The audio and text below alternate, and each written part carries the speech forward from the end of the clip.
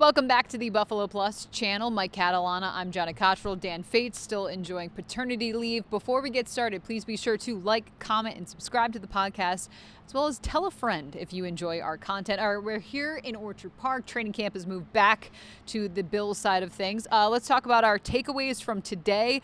The first of which being, it was spicy out there at practice. Man, you know, when we were going through training camp at Fisher, remember that last practice? We were like, it's been efficient, it's been good. Yeah. And then all of a sudden, they had the Steph Diggs thing, and that went on when he was going at it a little bit with Kaiir Elam. I didn't think that was anything compared to today.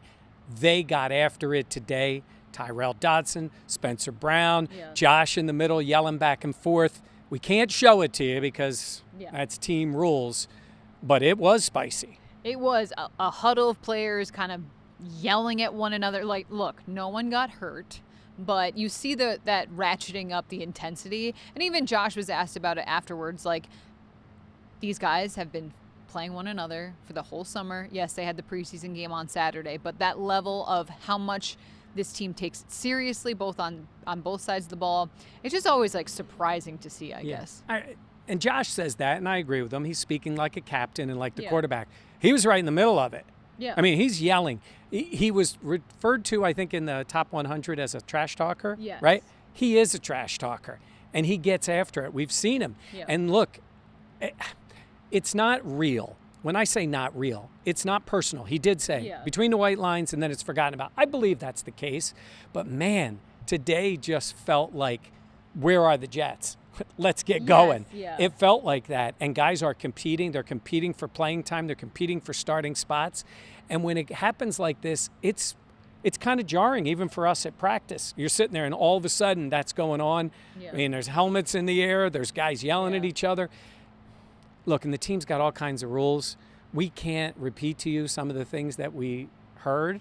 But it's like what you would expect grown men to be yelling at each other when there's some semblance of an altercation on the field. I feel like this is my process of it or analysis of it. It's like we're at this point in the preseason where there's just so much testosterone and machismo, and it's like these games need to count. So, like, I just feel like it was the frustration of all these guys.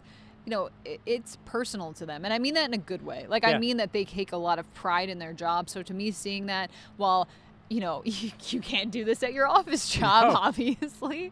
But to me, it kind of shows to that intensity at practice. And honestly, at this point in the season, I think you kind of need to see that fire.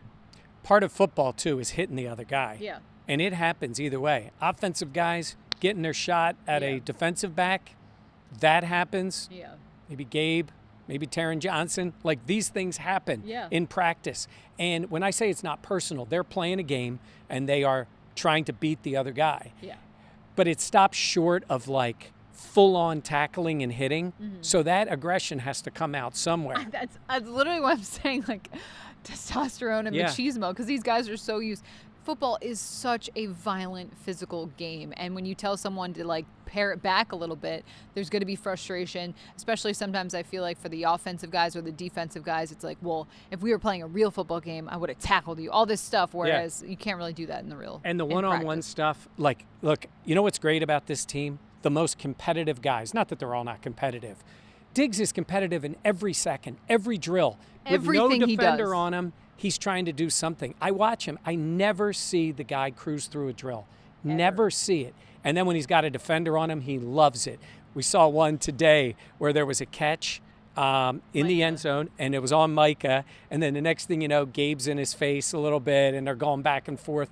That was a little more good-natured, but you know they're talking stuff in those moments. But when I say your best players, look, it's easy to reference Michael Jordan about everything, but Michael Jordan sets a tone. Josh Allen sets a tone. Diggs sets a tone.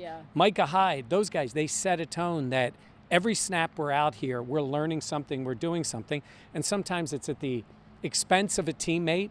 And, I mean, they were yelling at each other coming off the field. So, again, we can't tell you the exact words, but they were not, where are we going for lunch? Yes, no. I love the jawing, though. I love the chirping. Like, that's what sports is all about. And I wish we could show it to you. Yeah, we can't. I hate to break it to you. The team's not going to show it to you. Yeah. And we're standing there. Even my lousy photography would have gotten a good shot of this. I would have just pointed a camera and you'd see a bunch of guys going at it. It's on tape somewhere. It's like the hidden lost films. files. Yeah, but Those are going to get deleted. look, and to emphasize, you made this point, nobody got hurt. No. But yeah. I mean, it can happen. It didn't happen, but I kind of like it. I do too. First of Yeah. all, it adds some excitement to our job too. You're Yeah. like, ooh, who started that? Who's in on that? Who's who? Who's where? Yeah. Like that part of it is fun. If you're a Bills fan, I wouldn't be. No. It's a part of football. It happens for every team. All right, let's talk about someone. Tyrell Dodson. I Oh, yeah. feel like he was a guy who's kind of been in the middle of it. He's been fighting for that middle linebacker job. Terrell Bernard did not play in the preseason game because he's dealing with a hamstring injury. Here's my thing that I've noticed. I feel like I see Sean McDermott talking to Dodson quite a bit. Yeah. Bringing him over. Hey, what did you see here? Like, I don't know the exact conversations, but I feel like McDermott has made, which makes sense, a concerted effort to be in Dodson's ear. And he's a guy who is very fiery. I said this about Kaiir Elam the other day. I'll say it about Tyrell Dodson. He doesn't care if he's pissing people off. No, yeah. Look, he's getting this opportunity. He has been that special teams backup guy, and all of a sudden the sea parts, and there's a job there for you. Mm-hmm. He may not ever get another opportunity like this in his career. You never Yeah, know. absolutely. So right now, that spot is open, and he ain't worried about if he pisses off the offense. Josh can yell at him all he wants. Part of me would think if Josh is yelling at me, I'm doing something right. Maybe not, but in my mind, I'd be thinking, well, he's mad at me because I'm making plays or, Yeah. doing something else. Yeah. I never saw that out of him. We always saw him as a backup, special teams guy, team guy, all that kind of Yeah. stuff. But come on, it's there for him, and I think you're right. Look, it is absolutely his job to lose. They can say what they want. Yeah. Bernard's been nicked up, not been on the field. Nobody else is really challenging him. Yeah. The only way it would be, Jenna, is if somebody's coming from another roster to play that spot. Or for some reason they think AJ Klein is just the steadier Yeah. veteran. I could see if He did you're get some snaps out there with the ones maybe after Dodson had his moment on the field today. yeah, so there's that. I feel like I'm curious to see how it will be in preseason game number 2. Yeah. And what that will kind of look like. Other things that we wanted to talk about. Boogie Basham. Yeah. We talked to Eric Washington today, the Bills' defensive line coach. He's also one of the assistants. He talked about Boogie's season or preseason. He talked about how he's played. What did he say? The quote was He fantastic. came to play. Period. Yeah. He came to play the other night. And look, a guy like Boogie's got to show that, right? He's a guy that they drafted high. We're waiting to see that production. They love the fact that they can move him around on the line.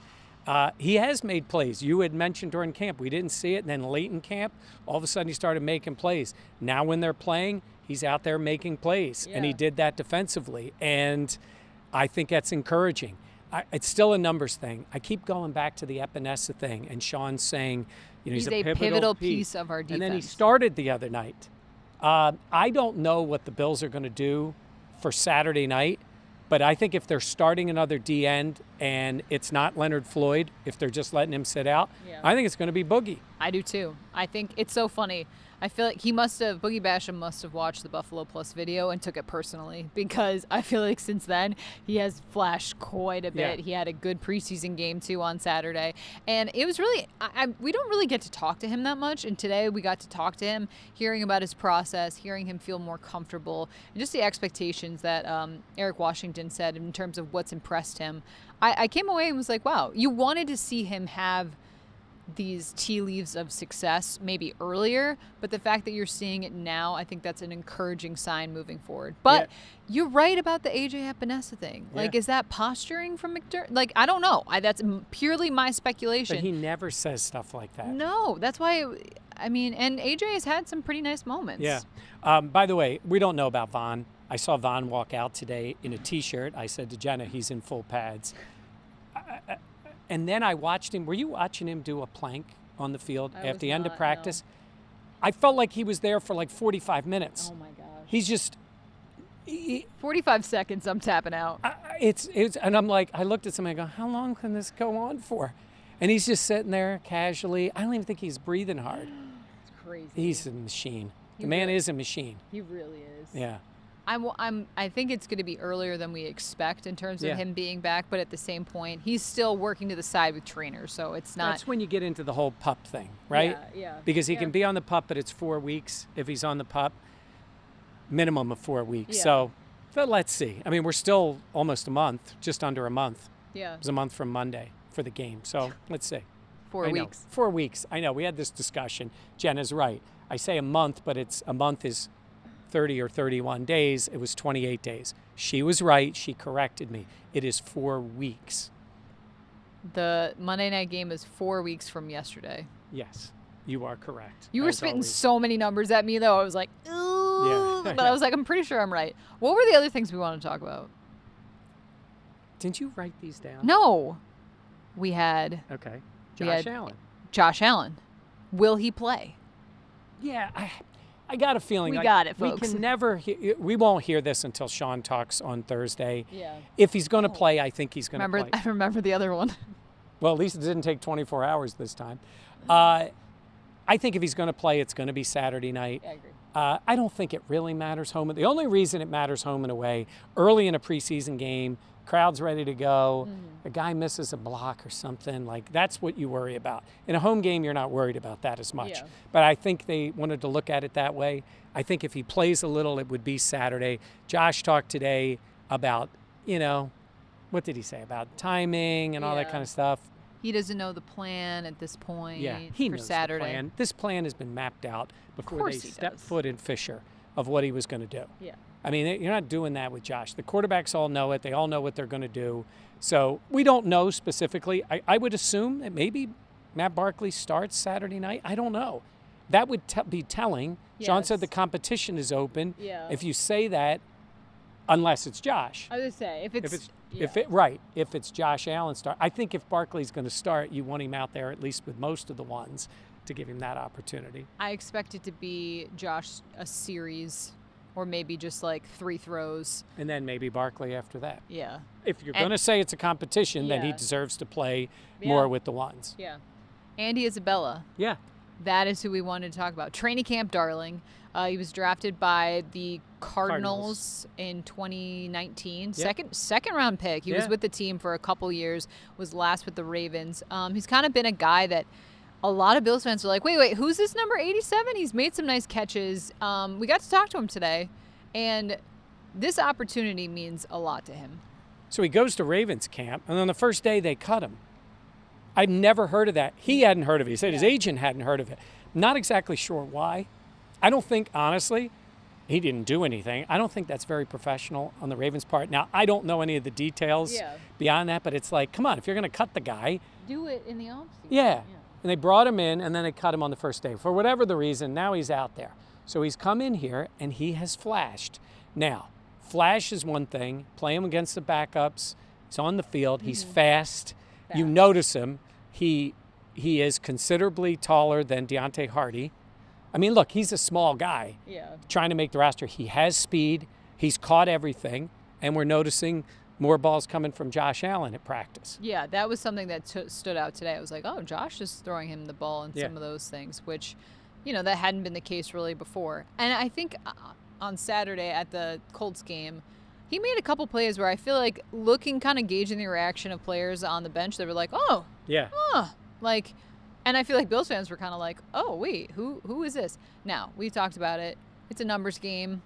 How many wide receivers they will keep, all of these things, but he's put himself in a position where he is getting attention, and for the right reason. So that good on him for making those flashes and taking advantage of the moments that he needs to, but he has to continue to do that. I asked him about, that can hit your confidence. You walk in, I'm with the Ravens, and the next thing you know, you're cut, and it's like, do they think those little of me? Yeah. I mean, but he's like, I had to have some faith in his ability, and he walked out there. And I will say, when you're watching him on the field, he shows some of that skill that made him a higher draft pick. I mean, that's pretty high for the Ravens or the Cardinals to have taken him. Yeah. But he also said, I'm tired of losing. He's lost a lot. I mean, he has. Yeah. He's been on the field, the Cardinals, and even with the Ravens, or going to the Ravens, but he lost a lot when he was with the Cardinals. So he wants to win. He said Josh Allen loves Josh Allen, as all the wide receivers would say. So, look, I would still label him a long shot to make the final roster, not to make the practice squad, but I would say because there's only a couple of spots there that you could make it, and guys can't be counting numbers because there's guys on other rosters that could be here too. Correct. So you can't be looking going, oh, there's this guy, that guy, and there's a spot open. In the NFL, there's always a spot open. There just is. So you got to make plays when you get a chance, and he's gotten some chances. I agree with your assessment. Long shot to make the roster, but I would imagine he would be a practice squad guy that they would want to bring back if they could. And his resume in the past and having other teams kind of pass up on him and all that stuff feels like he would be a good candidate for that. But yeah, I mean, look, he talked about, I asked Josh Allen about him. He's like, that dude's always in the playbook. Yeah. He's trying to learn the Bills offense, which seems to be pretty intricate.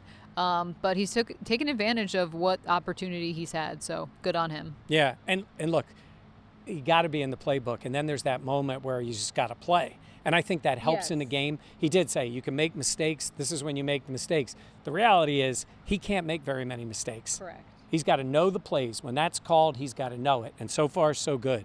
Let's see if he gets that opportunity on Saturday night. Yeah. All right. One final note. Josh Allen was pretty funny today. Just talking about when he called a couple plays in the preseason game for Matt Barkley, and he made a joke how when they were watching tape after the game, he would pay attention more to the plays that he called. And then when it was Ken Dorsey's, he was like, we're good. Of course, he did admit that Barkley was, I think he said, 3 for 3 on his play calls. Yeah. And he goes, but he was, 9 of 12 or 9 of 10 or whatever he was with the rest of them. No, Barkley had a good game. He did. But trash talking Josh Allen was talking about him as the play caller now. I love it. Yeah. I love trash talk. He is a trash talker. And then I love that. I sort of fell for it because he said, he's like, I don't consider myself, I don't agree with that assessment. And I'm like, do you agree with the assessment or do you not think you're a trash talker? And he's like, I'm just messing with you. I sort of fell for that one. I should have let it go. You did. That's okay. That's all right. I tried to get him on chirping with Sean McDermott. Yeah. He just kind of said it was fun. We're competitive guys. Yeah, we know. You're out there trash talking your head coach because he's your DC. Yeah. And you're beating his defense. It's funny. It is funny. Not everybody can get away with that. 17 can get away with that. That's fair. Yeah. I feel like it's like us. Like a lot of people can't chirp you, but I can chirp you. Yeah, but not nonstop. Okay, you give the same back. You.